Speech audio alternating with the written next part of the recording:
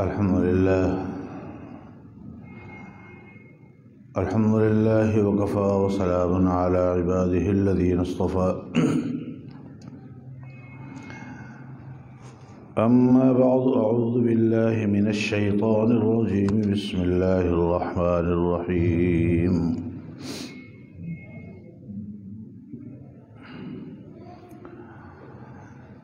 اعلموا أنما الحياة الدنيا لعب ولهو وزينة وتفاخر بينكم وتكاثر في الأموال والأولاد اعلموا أنما الحياة الدنيا جان لو کہ بے شک دنیا کی زندگی لعب و لہو کھیل اور تماشا ہے وتفاخر بینکم اور آپس میں ایک دوسرے پر فخر کرنا ہے وتکاثر فی الاموال والاولاد اور اولاد اور مال زیادہ ہونے کی کوشش کرنا ہے صدق اللہ العظیم وصدق رسوله النبی الکریم ونحن على ذلك لمن الشاہدین والشاکرین والحمد للہ رب العالمین۔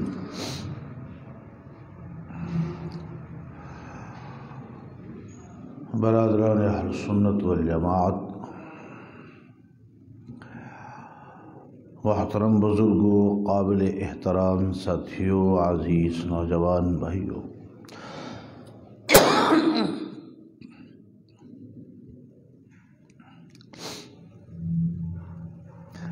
قرآن مقدس کے 27ویں سپارے کی سورہ حدید کے تیسرے رکوع کی پہلی آیت کریمہ کا پہلا حصہ آپ کے سامنے تلاوت کیا گیا ہے۔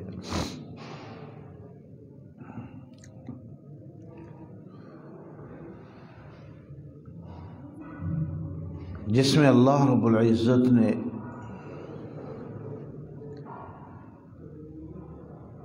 انسانی زندگی کے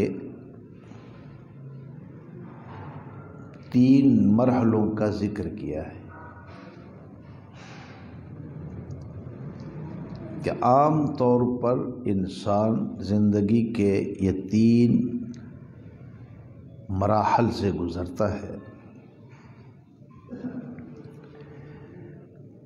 ایک مرحلہ اس کے بچپن کا ہے، جب اس کے اندر شعور نہیں ہوتا۔ ایک مرحلہ اس کی جوانی کا ہے، جب اس کے اندر شعور پیدا ہونا شروع ہوتا ہے، عقل پیدا ہونی شروع ہوتی۔ اور تیسرا مرحلہ بڑھاپے کا ہے، جو 40 سال کی عمر کے بعد شروع ہوتا ہے۔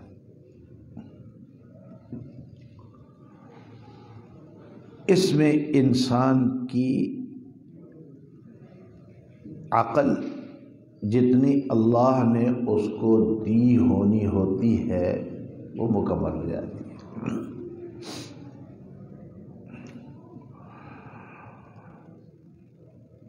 اللہ رب العزت نے آخرت کا جو حساب رکھا ہے وہ علم پر نہیں بلکہ عقل پر ہے۔ کامیابی اس کی نہیں جس کے پاس صرف علم ہے، کامیابی اس کی ہوگی جس کے پاس عقل بھی ہے۔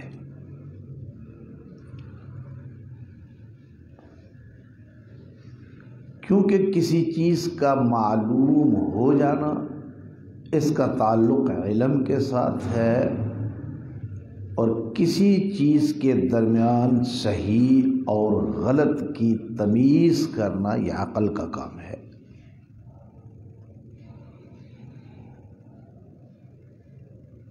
حضور نبی کریم صلی اللہ تعالی علیہ وسلم کے فرمان کے مطابق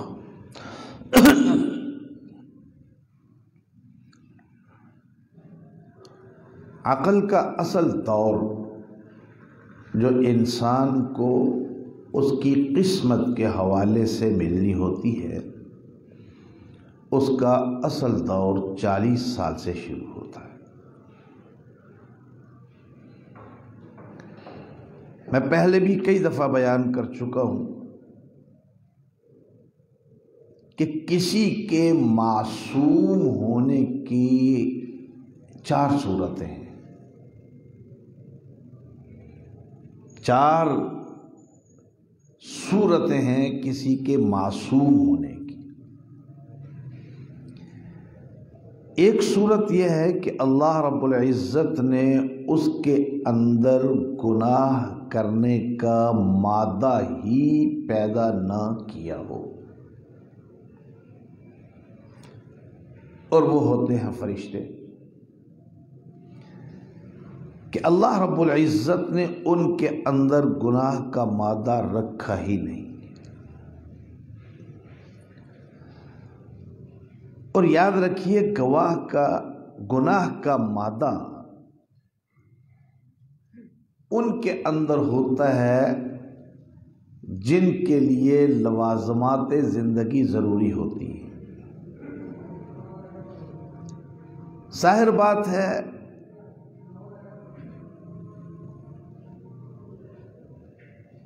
حرام وہ کھائے گا جس کے اندر حلال کھانے کی صلاحیت موجود ہے، کھانا کھا سکتا ہے۔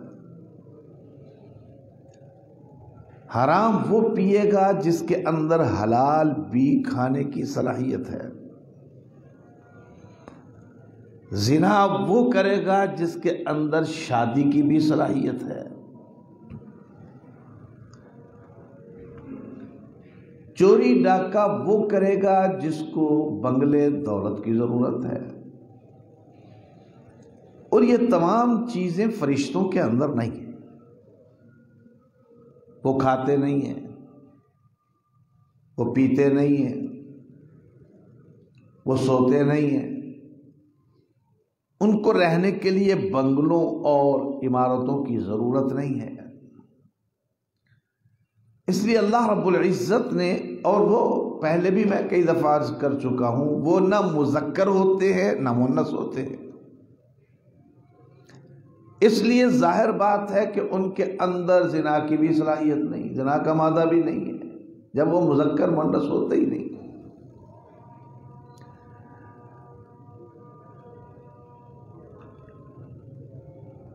اس لیے اللہ رب العزت نے ان کے اندر گناہ کا مادہ رکھا ہی نہیں ہے۔ ایک معصوم وہ ہوتے ہیں، ایک معصوم وہ ہوتے ہیں کہ جن میں گناہ کا مادہ تو ہوتا ہے، لیکن ابھی ان کے اندر شعور کامل پیدا نہیں ہوتا، جیسے نابالغ بچہ ہے۔ اب نابالغ بچہ اگر کوئی برا کام کرتا ہے تو اس سے پوچھ نہیں، کیوں؟ اس کے لیے عقل کی ضرورت تھی، اور عقل اس کے اندر ابھی آئی نہیں۔ یا معصوم وہ ہوتا ہے جو دماغی طور پر مجنون ہے، پاگل ہے، جسے پہچان ہی نہیں کہ میرے پاس میری ماں کھڑی ہے کہ میری بہن کھڑی ہے، جسے معلوم ہی نہیں، وہ چیزوں کے اندر پہچان ہی نہیں کر سکتا تو ظاہر بات ہے جو ظاہری چیزوں میں فرق نہیں کر سکتا وہ صحیح اور غلط میں تمیز کیسے کرے گا؟ یہ تین صورتیں وہ ہیں، ایک تو ان کے اندر مادہ ہے ہی نہیں،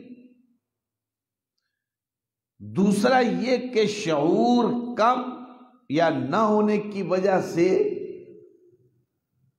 وہ برا کام کرتے ہیں،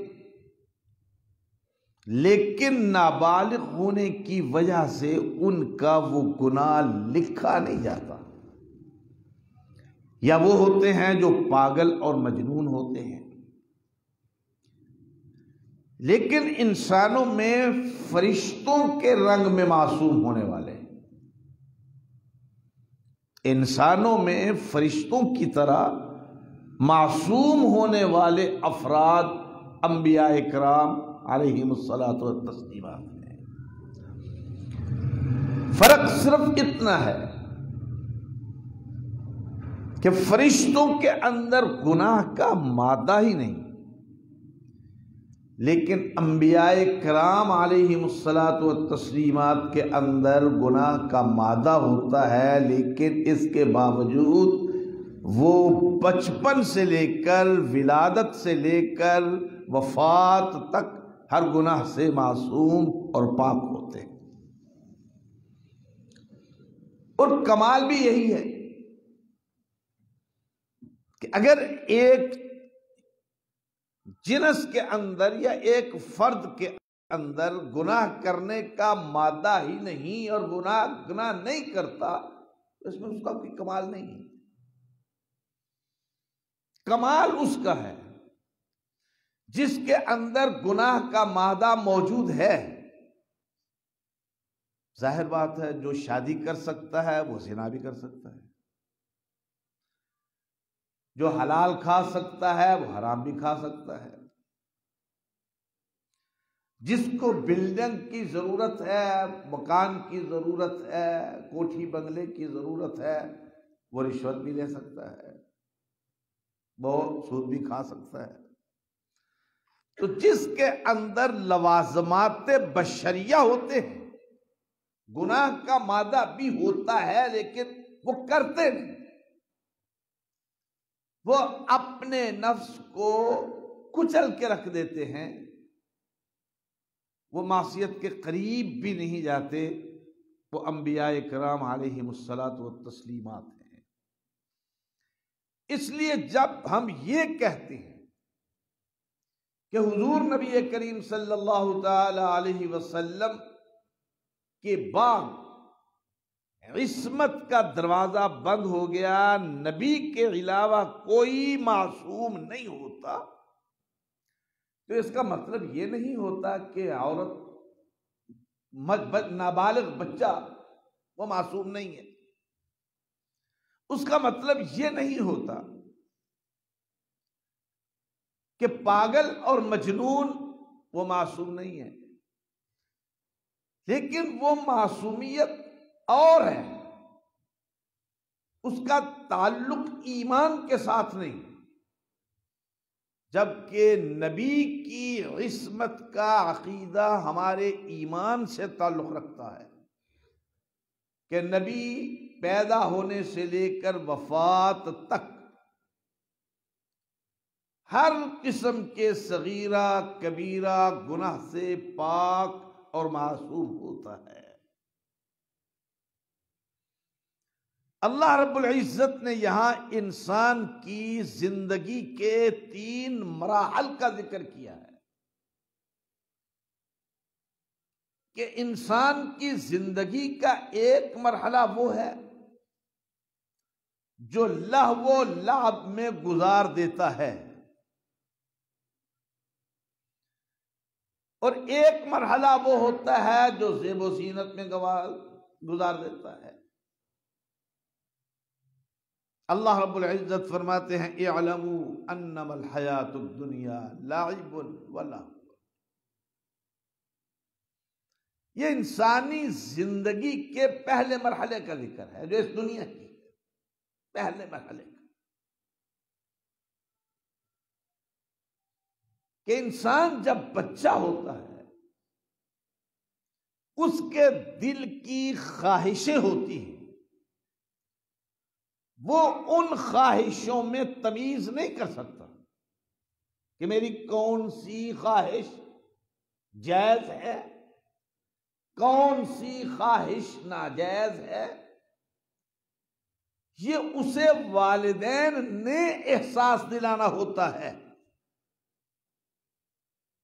بچہ ایک خواہش کرتا ہے، والدین کو معلوم ہے کہ یہ ناجائز ہے، والدین بچے کو سختی سے روک دیتے ہیں، نہیں پوری کرتے اس کی خواہش۔ اس خواہش کا اظہار وہ ایک دفعہ کرے گا، 2 دفعہ کرے گا، والدین انکار کر دیں گے، 3 دفعہ کرے گا، والدین انکار کر دیں گے، اور سختی سے انکار کر دیں گے، تو کچھ عرصے کے بعد ہی اس کے دل میں از خود یہ احساس پیدا ہو جائے گا کہ میری ایک خواہش وہ ہے جو 100 روپے کی ہے، وہ جائز تھی، والدین کے نزدیک وہ جائز تھی، میرے والدین نے وہ 100 روپے کی خواہش پوری کر دی، لیکن ایک خواہش میری صرف 10 روپے کی، والدین پوری نہیں کرتے، اس کا مطلب یہ ہے کہ یہ چیز میرے لیے اچھی نہیں ہے۔ خود بچے کے اپنے دل کے اندر احساس پیدا ہونے لگے گا کہ وہ چیزیں جن کی میں اپنے والدین کے سامنے خواہش ظاہر کرتا ہوں اور میرے والدین میری وہ خواہش پوری کر دیتے ہیں، اس کا مطلب ہے کہ یہ وہ خواہشیں جائز ہیں، اور جو خواہشات میرے والدین پوری نہیں کرتے تو ظاہر بات ہے وہ میرے لیے اچھی نہیں ہے، خواہ اس کو یہ شعور ہو یا نہ ہو کہ یہ چیز میری دنیا کے لیے اچھی نہیں ہے یا میری آخرت کے لیے اچھی نہیں ہے، اس کو یہ شعور نہیں، لیکن اسے یہ بات رفتہ رفتہ سمجھ آ جائے گی کہ والدین میرے دشمن ہونے کی بنا پہ میری خواہشات کو رد نہیں کرتے، بلکہ میرے ساتھ ہمدردی کرتے ہوئے مجھے بری چیزوں کی طلب سے بچاتے ہیں۔ اللہ رب العزت نے فرمایا کہ بچپن کا یہ دور لہو و لعب کا دور، لہو و لعب کس کو کہتے ہیں؟ ائمہ اہل سنت والجماعت نے یہ لکھا ہے کہ لہو و لعب کا ایک مطلب ہے کسی غیر مفید کام میں مصروف ہو جانا، ایک ایسا کام جس کام کا نہ اس کی دنیا کی زندگی اور ضرورت سے کوئی تعلق ہے اور نہ آخرت کی کسی ضرورت سے تعلق ہے، ایسے کام میں لگ جانا جس کام کی نہ اس کی دنیاوی زندگی کو کوئی فائدہ ہے نہ آخرت کی زندگی کو کوئی فائدہ ہے۔ ایسے بے شمار کام موجود ہیں دنیا میں، اور ہماری فقہی اصطلاح میں ایسے کاموں کو مباح کہا جاتا ہے۔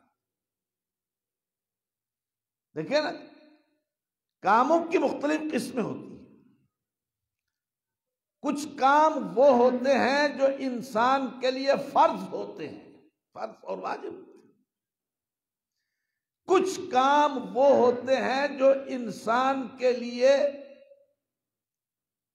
سنت ہوتے ہیں، کچھ کام وہ ہوتے ہیں جو انسان کے لیے نفل کا درجہ رکھتے ہیں،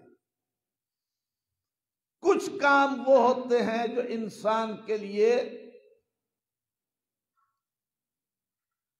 تعلق رکھتے ہیں کہ یہ کام اس کے لیے مفید نہیں ہے، مباح ہے، یعنی اگر وہ کرے تو اس کو گناہ نہیں، اور اگر نہ کرے تو اس کو فائدہ بھی کوئی نہیں۔ یعنی اس کے کرنے نہ کرنے سے اس کی دنیا اور آخرت کی زندگی کو فرق نہیں پڑتا. مباح کام اس کو کہتے ہیں. جیسے کوئی آدمی ایسا کھیل کھیلتا ہے، ایسی تفریح جس تفریح کے اندر کوئی غیر شرعی کام نہیں ہے. مثلا فٹ بال کھیلتا ہے، وہ اسلام فٹ بال کھیلنے سے منع نہیں کرتا. یہ ایک مباح ہے، ایک مباح چیز ہے. ہاں البتہ فٹ بال کھیلتے وقت انسان کا جو سطر ہے، مرد کا ناف کے اوپر سے لے کر گھٹنوں کے نیچے تک، یہ مرد کا سطر ہے جس کا چھپانا اس کے لیے واجب اور فرض ہے. اگر اس کا سطر ننگا ہوتا ہے تو وہ حرام ہے، لیکن فٹ بال کھیلنا اس کے لیے حرام نہیں ہے. فٹ بال کھیلنا اس کے لیے ناجائز نہیں ہے. ہاکی کھیلتا ہے، اسی طرح دوسرے کھیل کھیلتا ہے جس میں غیر شرعی کام کوئی نہیں. ایک تو اس کا معنی یہ ہے. بعض ائمہ مفسرین رحمہم اللہ تعالی نے لہو و لعب کا معنی کیا ہے کہ غیر مفید کام کے لیے مفید کام کو ترک کر دینا.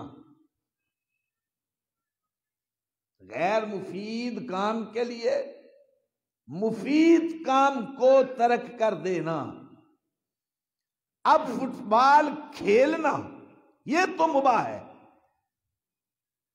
لیکن فٹ بال کھیلنے کے لیے نماز چھوڑ دینا یہ حرام ہے، یہ ناجائز ہے. ہاکی کھیلنا یہ تو مباح ہے، لیکن اس کے لیے والدین کے حکم کو ترک کر دینا یہ حرام ہے. مفید کام کو ترک کر دینا غیر مفید کام کے لیے، اگرچہ وہ غیر مفید کام جائز بھی ہے، لیکن اگر اس کے لیے مفید کام کو، اور پھر ایسے مفید کام جن کا درجہ فرائض اور واجبات میں ہو، ان کو ترک کر دینا تو اور بڑا گناہ ہے. بعض حضرات نے معنی کیا ہے لہو و لعب کا کہ غیر مفید کاموں میں مصروف ہو جانا. چاہیے تو یہ کہ انسان اپنے وقت کو، جو فارغ وقت ہے، مثلا ایک آدمی کاروباری ہے، وہ اپنے کاروبار سے دن میں کسی نہ کسی وقت تو فارغ ہوتا ہے. دکاندار ہے، وہ اپنی دکان سے کسی نہ کسی وقت تو فارغ ہوتا ہے. کوئی ملازم ہے، وہ اپنی ملازمت کی ڈیوٹی سے کسی نہ کسی وقت تو دن میں فارغ ہوتا ہے. ائمہ مفسرین رحمہم اللہ تعالی نے فرمایا ہے کہ وہ فارغ وقت کھیل اور تماشے، لہو و لعب میں مصروف ہونے کی بجائے کسی عبادت میں مصروف کر لے. اس وقت میں قرآن کی تلاوت کر لے، اس وقت وہ اپنے دوست احباب کو نماز کی، مسجد کی دعوت دینے پر صرف کر دے، ذکر اذکار پر صرف کر دے. یعنی اپنے فارغ وقت کو، جو اس کے کام سے فارغ ہے، اس وقت کو اللہ اور اس کے رسول کے لیے صرف کر دے. چاہیے تو یہ، لیکن وہ اپنا کام غیر مفید کاموں میں صرف کر دیتا ہے. آج بین الاقوامی میڈیا کی طرف سے مسلمانوں پر یہ بہت بڑا الزام عائد کیا ہے کہ مسلمان تفریح کے قائل نہیں ہیں۔ اسلام تفریحات سے روکتا نہیں ہے، لیکن اسلام یہ چاہتا ہے کہ مسلمان تفریح بھی کرے اور اس کی تفریح بھی عبادت بن جائے۔ اسلام یہ چاہتا ہے مسلمان نشانہ بازی کی تفریح کرے اور اس نیت سے کرے کہ اگر اللہ نے مجھے جہاد کا موقع دیا تو میں اپنی اس صلاحیت کو جہاد کے لیے استعمال کروں گا۔ تفریح کی تفریح ہے اور ثواب کا ثواب۔ اسلام حکم دیتا ہے مسلمانوں کو کہ تم تیرنے کی تفریح کرو، تیراکی، اور اس نیت سے کرو اگر اللہ نے جہاد کا موقع دیا تو وہاں یہ ضرورت پڑ سکتی ہے، میں یہ تفریح اختیار کرتا ہوں اس مقصد کے لیے۔ اب اس کی تفریح اور عبادت کی عبادت، ثواب کا ثواب۔ اسلام تلقین کرتا ہے گھوڑ سواری کی، کیونکہ اس وقت جنگ گھوڑوں پر ہوتی تھی۔ اب اس تفریح کے پیچھے نیت اس کی یہی ہے کہ اسلام نے اگر وقت نے جہاد کا موقع دیا تو میں اپنی اس تفریح کو جہاد کے لیے استعمال کروں گا۔ تفریح کی تفریح ہے، ثواب کا ثواب ہے۔ اسلام کسی ایسی تفریح سے نہیں روکتا جس تفریح کے اندر کوئی حرام چیز نہ پائی جاتی ہو۔ حرام چیز کا مطلب اس کے ذریعے اس نماز ضائع نہ ہوتی ہو، اس کے ذریعے اللہ کا کوئی حکم پامال نہ ہوتا ہو، اس کی وجہ سے والدین کی نافرمانی لازم نہ آتی ہو۔ اسلام ایسی ہر تفریح کی اجازت دیتا ہے۔ یہ بیڈمنٹن کھیلتے ہیں، اسلام منع نہیں کرتا۔ باسکٹ بال کھیلتے ہیں، اسلام منع نہیں کرتا۔ لیکن ایسے کھیل جو انسانی جسم کو نشو و نما کو بڑھاتے، اگر نیت کو یہ کر لے کہ میں چڑی چھکا کھیلتا ہوں، بیڈمنٹن کھیلتا ہوں، میرے اندر توانائی بڑھے گی، اور اگر اللہ نے جہاد کا موقع دیا تو میں اپنی اس توانائی کو اس کے لیے صرف کروں گا۔ کوئی باسکٹ بال کھیلتا ہے اور نیت یہ کرتا ہے کہ اس کے ذریعے میری صحت بحال رہے گی اور وقت آیا تو جہاد میں اپنی صحت کو استعمال کروں گا۔ بات صرف یہاں کی ہے، یہاں نیت تفریح کی۔ اب ظاہر بات ہے ڈانس دیکھنے، رقص دیکھنا یا رقص کرنا، یہ تو کوئی تفریح نہیں ہے، یہ تفریح غیر مسلموں کی ہے، مسلمانوں کی نہیں۔ میں کئی دفعہ بیان کر چکا ہوں کہ جب کافروں نے مکہ مکرمہ کے اندر اعلان کیا تھا لا تسمعوا لهذا القرآن، محمد صلی اللہ علیہ وسلم کا قرآن نہ سنو، تو انہوں نے صرف یہ حکم جاری نہیں کیا تھا، بلکہ انہوں نے حضور علیہ السلام کی دعوت کا راستہ روکنے کے لیے دوسرے علاقوں سے رقص کرنے والی، ناچنے والی، گانے والی لڑکیاں بلا لی کہ جس وقت حضور علیہ الصلاۃ والسلام بازار میں لوگوں کو دعوت دینے کے لیے نکلتے تو وہ ایک سٹیج سجا لیتے جہاں لڑکیاں رقص کرتی،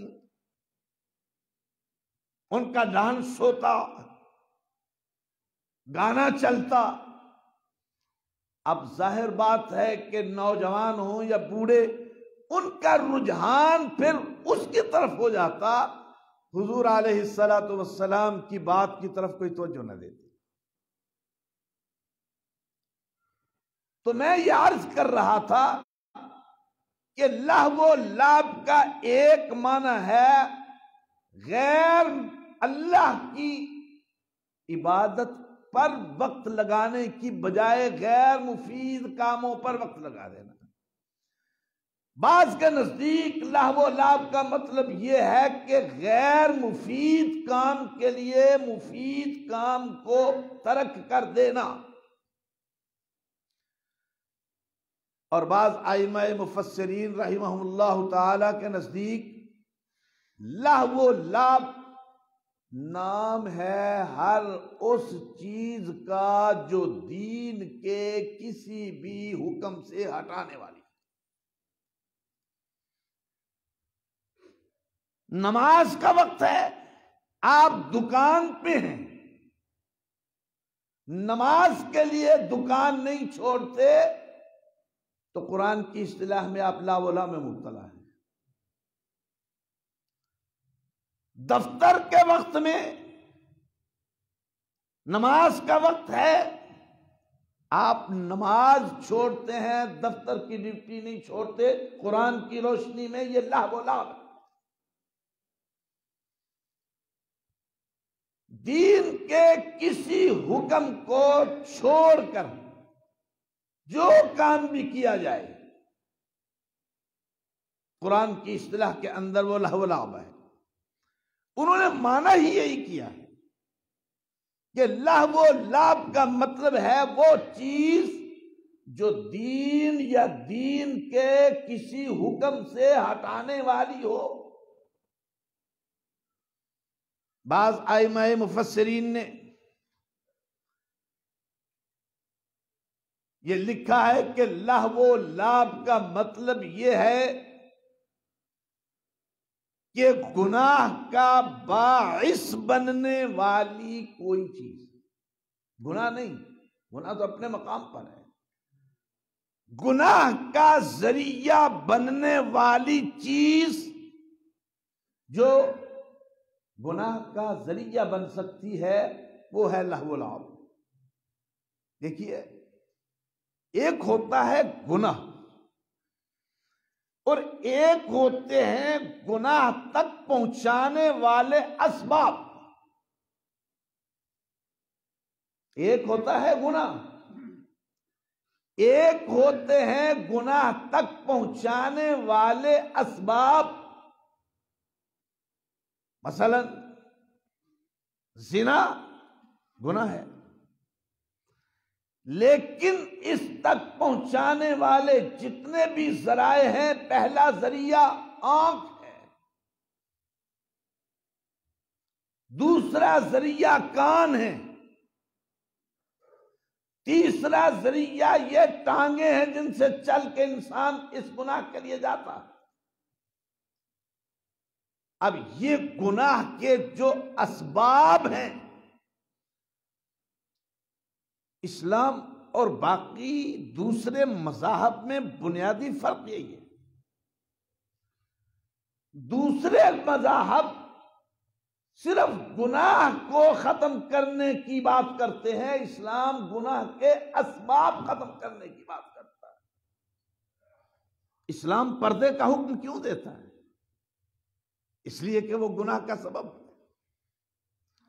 اسلام مردوں اور عورتوں کو نگاہیں جھکا کے چلنے کا حکم کیوں دیتا ہے؟ اس لیے کہ وہ گناہ تک پہنچنے کا ذریعہ ہے۔ اسلام غیر محرم عورتوں کی آواز سننے پر پابندی کیوں لگاتا ہے؟ اور عورتوں کو غیر محرموں کے سامنے بات کرنے کی پابندی کیوں لگاتا ہے؟ کیونکہ یہ گناہ تک پہنچنے کا ذریعہ ہے۔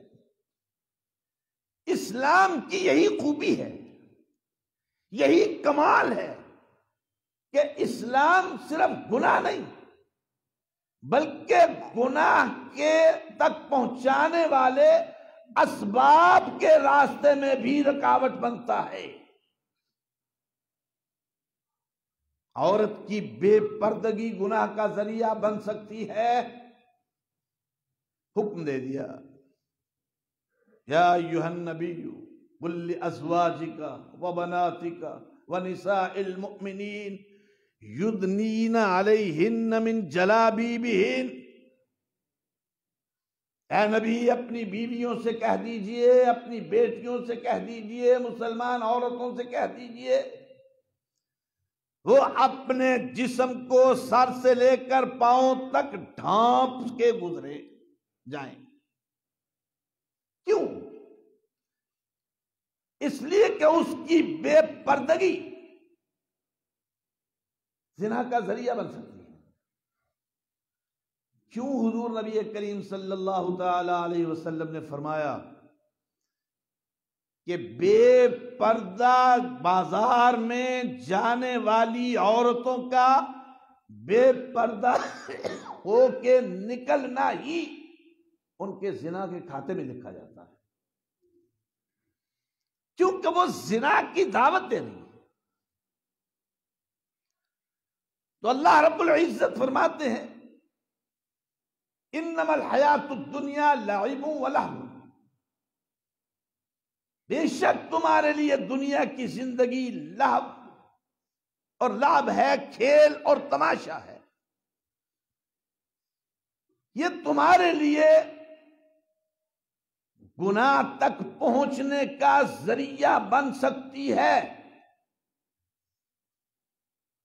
اب میری ڈیوٹی ہے، میں ڈیوٹی کو ترجیح دیتا ہوں، اللہ کے احکام اور فرائض کو ثانوی درجے میں لے جاتا ہوں، تو گویا میری ڈیوٹی گناہ تک پہنچنے کا ذریعہ بن گئی۔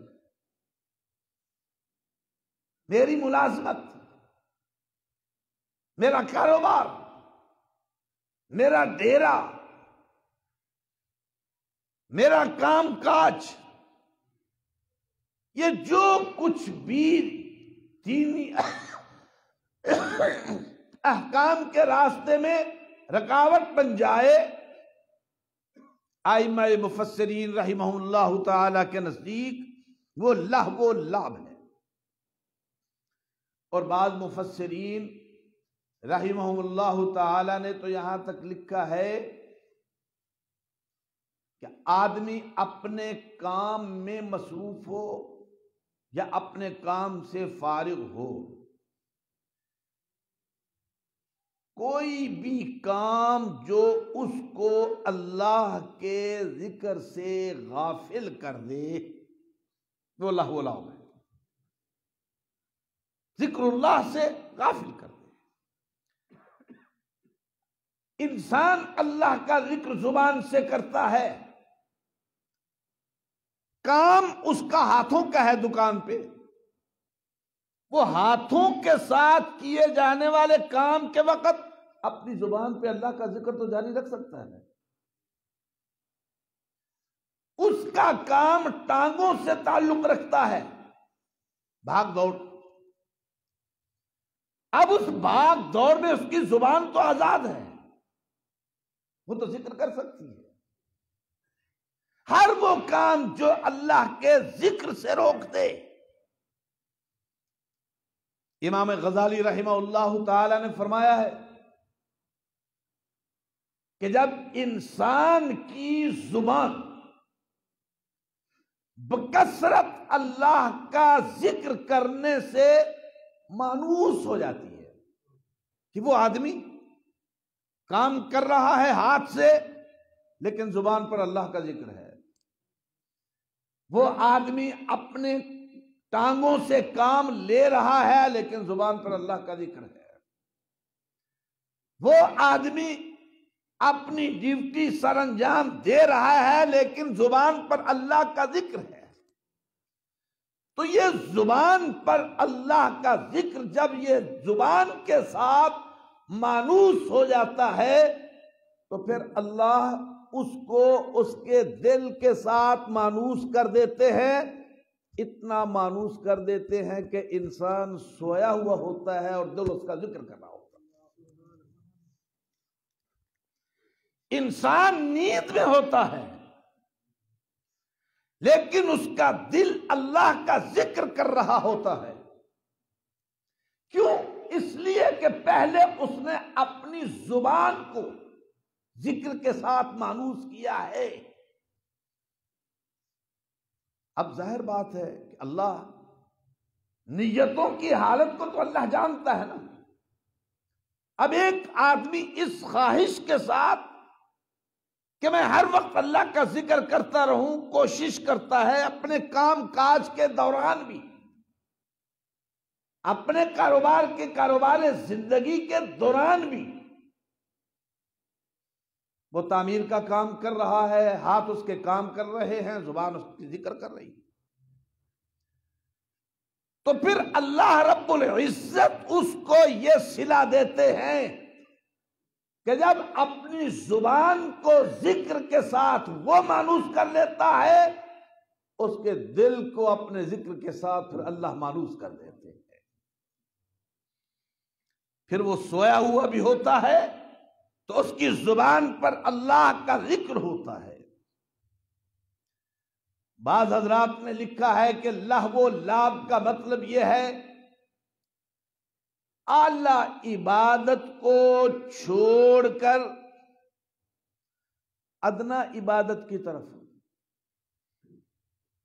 ائمہ مفسرین نے لکھا ہے شیطان انسان کو مختلف طریقوں سے عبادت سے ہٹاتا ہے۔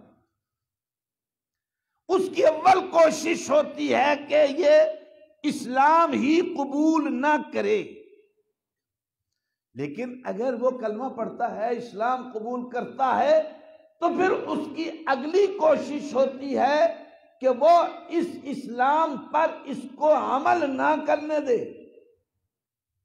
اور انسان اگر عمل کرتا ہے، شیطان کے وسوسوں کے باوجود کرتا ہے، شیطان کے ذہن میں دخل اندازی کے باوجود کرتا ہے، تو پھر اس کی خواہش ہوتی ہے کہ اس کو اس نیکی کے ساتھ کچھ بدیوں میں بھی لگا دوں تاکہ توازن برابر رہے۔ یہ اس کی کوشش ہوتی ہے، لیکن جب انسان ان خرابیوں سے بدیوں سے بچتا ہے تو پھر انسان شیطان کا آخری حربہ کیا ہوتا ہے کہ افضل اور اچھی عبادت سے اس کو چھوٹی عبادت کی طرف لے جاتا ہے۔ میں ایک چھوٹی سی مثال پہلے بھی کئی دفعہ دے چکا ہوں۔ مسواک کیا ہے؟ سنت ہے، اور جماعت کی تکبیر اولا میں شریک ہونا یہ واجب ہے۔ اب میرے دل کے اندر مسواک کا جنون اتنا طاری ہے اور سنت کا شیطان نے ڈال دیا ہے سنت۔ کام کیا ہے؟ کام غلط نہیں ہے، کام نبی کی سنت ہے، لیکن ایک طرف نماز کی تکبیر اولا میں شامل ہونے کا وجوب ہے اور دوسری طرف وہ مسواک لیے بیٹھا ہے۔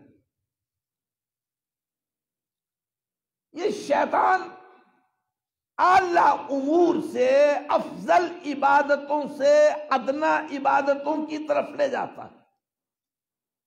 یہ سارا لہو و لعب ہے۔ تو اللہ رب العزت فرماتے ہیں انما الحیات الدنیا لعب و لہو، بے شک دنیا تمہارے لیے کھیل اور تماشا ہے۔ گویا اللہ رب العزت نے انسان کو احساس دلایا اس دنیا کے سامنے تمہاری پہلی پوزیشن ہے نابالغ اور بے شعور بچے کی،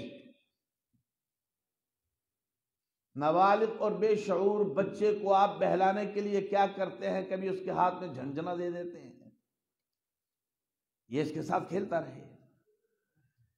کبھی آپ اس کے سامنے پھول لا کے رکھ دیتے ہیں، کھلونے لا کے رکھ دیتے ہیں، تقاضا ہے بچے کی فطرت کا۔ اللہ فرماتے ہیں اسی طرح جس طرح بچے کے سامنے جھنجھنا اور بچے کے سامنے کھلونا ہے، اے انسان یہ کائنات بھی تیرے لیے صرف ایک کھلونا ہے جسے تو نے مقصد بنا لیا ہے۔ اس کی حیثیت تیرے سامنے صرف ایک کھلونے کی ہے، اور کھلونا بھی ایسا۔ آپ نے دیکھا ہوگا کہ بچہ اکثر رنگوں کی طرف مائل ہوتا ہے، مختلف رنگ اس کو دیکھنے کو ملے تو اس کا دل خوش ہوتا ہے۔ انسان رنگوں کی طرف مائل ہوتا ہے، حتیٰ کہ اگر زیادہ بے شعور بچہ ہے تو اس کے سامنے آگ کا انگارہ ہو تو وہ آگ کے انگارے کی چمک دیکھ کر بھی اسے پکڑنے کی کوشش کرے گا۔ کیوں؟ اس کو تو کشش نظر آ رہی ہے نا، اس کشش کے اندر جو جلن ہے وہ اسے محسوس نہیں ہو رہی، اسے پتہ نہیں ہے، اس کے اندر شعور نہیں۔ بچہ سانپ کو دیکھتا ہے، وہ بڑے خوبصورت سانپ ہے، دھاری دار، اس کا رنگ بہت اچھا ہے۔ اب بچے کو اس کے اندر کشش تو نظر آ رہی ہے، لیکن اس کے اندر جو زہر ہے وہ بچے کو پتہ نہیں ہے۔ بچہ اس کی طرف ہاتھ بڑھائے گا۔ خدا یہی بتانا چاہتے ہیں، انما الحیات الدنیا لعب و لہو، یہ دنیا تمہارے لیے، یہ کائنات تمہارے لیے، یہ دنیا تمہارے لیے، یہ کائنات تمہارے لیے آگ کا ایک انگارہ ہے جس کے پیچھے جہنم کی جلن ہے، جس کے پیچھے جہنم کی تپش ہے۔ یہ دنیا تمہارے لیے ایک خوبصورت سانپ ہے جس کی کشش پہ تو تم مرتے ہو، لیکن اس کے اندر چھپا ہوا زہر تمہیں نظر نہیں آتا۔ تو اللہ رب العزت فرماتے ہیں بے شک دنیا تمہارے لیے کھیل اور تماشا ہے، وزینت، زندگی کے دوسرے مرحلے میں انسانی دنیا کی انسانی زندگی کے دوسرا مرحلہ کون سا ہے؟ جوانی کا، جہاں نوجوان کا جی چاہتا ہے میں بن سنور کے رہوں، اس کے لیے بیوٹی پارلر کھول گئے، اس کا جی چاہتا ہے میں کریم لگا کے، پاؤڈر لگا کے، بالوں کو اچھی طرح سنوار کے، کپڑے اچھے پہن کے باہر نکلوں تاکہ میری شخصیت پرکشش نظر آئے، میری شخصیت کے اندر دوسروں کو زینت نظر آئے۔ یہ انسان کی زندگی کے دوسرے مرحلے میں، جوانی میں انسان انہی چیزوں کی طرف، زینت کی طرف بھاگتا ہے، خوبصورتی کی طرف بھاگتا ہے۔ اللہ رب العزت فرماتے ہیں یہ دنیا تمہارے لیے زینت ہے۔ زین للناس حب الشہوات من النساء والبنین والقناطیر المقنطرة من الذهب والفضة والخيل المسومة والانعام والحرث. یہ کیا ہے تمہارے لیے؟ سونا، چاندی، عورتیں، کھیت، جانور. ان کی زینت تو تمہیں نظر آ رہی ہے، لیکن اگر تم ان کو ناجائز طریقے سے حاصل کرنے کی کوشش کرو تو اسی زینت کے پیچھے ہوئی چھپی جہنم تمہیں نظر نہیں آتی. اللہ رب العزت فرماتے ہیں زندگی کے دوسرے مرحلے میں، جوانی میں، انسان زینت کی طرف مائل ہو جاتا ہے، لہو و لعب سے نکل کے زینت کی طرف مائل ہو جاتا ہے. اور پھر تیسرا مرحلہ آتا ہے بڑھاپے کا. اب بڑھاپے کے اندر انسان کی خواہشات کیا ہوتی ہیں؟ پیسہ زیادہ ہو، میرے بچے زیادہ ہوں. اولاد اور پیسے کی کثرت بڑھاپے میں اس کے ذہن کا پر سوار ہو جاتے ہیں. اس کی کوشش ہوتی ہے میرا بینک بیلنس زیادہ سے زیادہ ہو. بے شک ڈاکٹر مجھے روٹی کا ایک لقمہ بھی نہ کھانے دیں. کیوں؟ تجھے شوگر ہے، تو ہائی بلڈ پریشر کا مریض ہے، تجھے کینسر ہے، تجھے السر ہے، تجھے کرونا ہے، تجھے ڈینگی ہے، تجھے گردن توڑ بخار ہے، تو روٹی کا ایک لقمہ بھی نہیں کھا سکتا، تو اپنے سامنے پڑی ہوئی اللہ کی نعمتوں میں سے کسی نعمت کو نہیں کھا سکتا. مچھلی منع ہے تیرے لیے، گھی منع ہے تیرے لیے، گوشت منع ہے تیرے لیے، بس ابلے ہوئے آلو کھاؤ، ابلی ہوئی سبزیاں کھاؤ. بے بس اتنا ہے ڈاکٹروں کے سامنے کہ اللہ کی کسی نعمت کو کھا نہیں سکتا، اور نڈر اتنا ہے اللہ کے سامنے کہ حرام سے حرام چیز بھی چھوڑنے کے لیے تیار نہیں. ڈاکٹر کے سامنے بے بس ہے،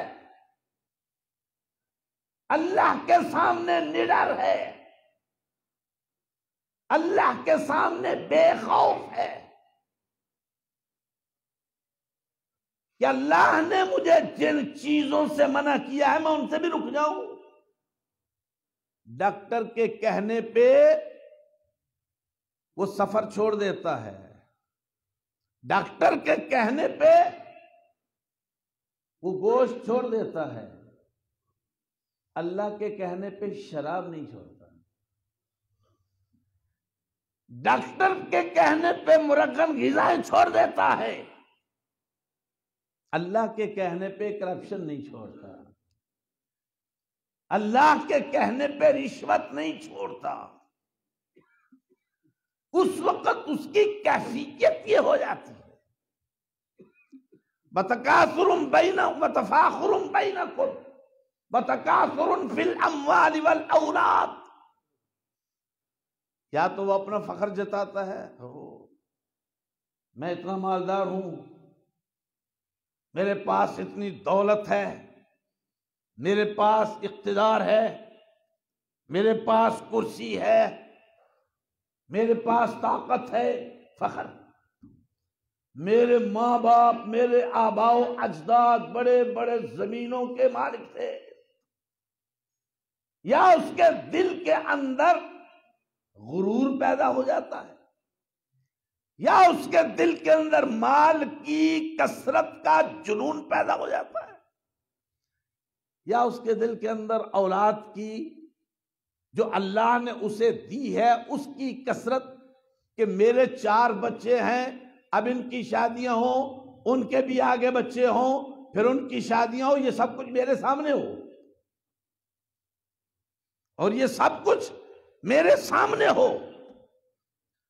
اللہ رب العزت فرماتے ہیں یاد رکھو تم لہو و لعب میں مبتلا ہو یا تم زینت میں مبتلا ہو یا تم تفاخر میں مبتلا ہو، یا تم اولاد اور مال کے تکاثر میں مبتلا ہو، صرف ایک بات یاد رکھنا، وَمَا الْحَيَاةُ الدُّنْيَا إِلَّا مَتَاعُ الْغُرُورِ، یہ دنیا کی زندگی ہے صرف ایک دھوکہ، دنیا کی زندگی ہے صرف ایک دھوکہ، یہ تیرا گمان ہے، بس یہ مرنے والا مر گیا، میرا وقت ابھی بہت وقت ہے، یہ تیرا گمان ہے۔ لیکن یہی چیز شیطان تیرے دل میں ڈالتا ہے، یہ تیرے لیے دھوکہ ہے، یہ دنیا کی دنیا یہ تیرے لیے دھوکے کے سوا کچھ نہیں ہے۔ اب یہ تو نے دیکھنا ہے کہ تو اس دھوکے سے بچنے کے لیے اللہ کے احکام کی طرف آتا ہے یا اللہ کے حکم سے بچنے کے لیے اس دھوکے کی طرف آتا ہے۔ اللہ سمجھنے اور عمل کرنے کی توفیق عطا فرمائے۔ وآخر دعوانا الحمدللہ رب العالمین۔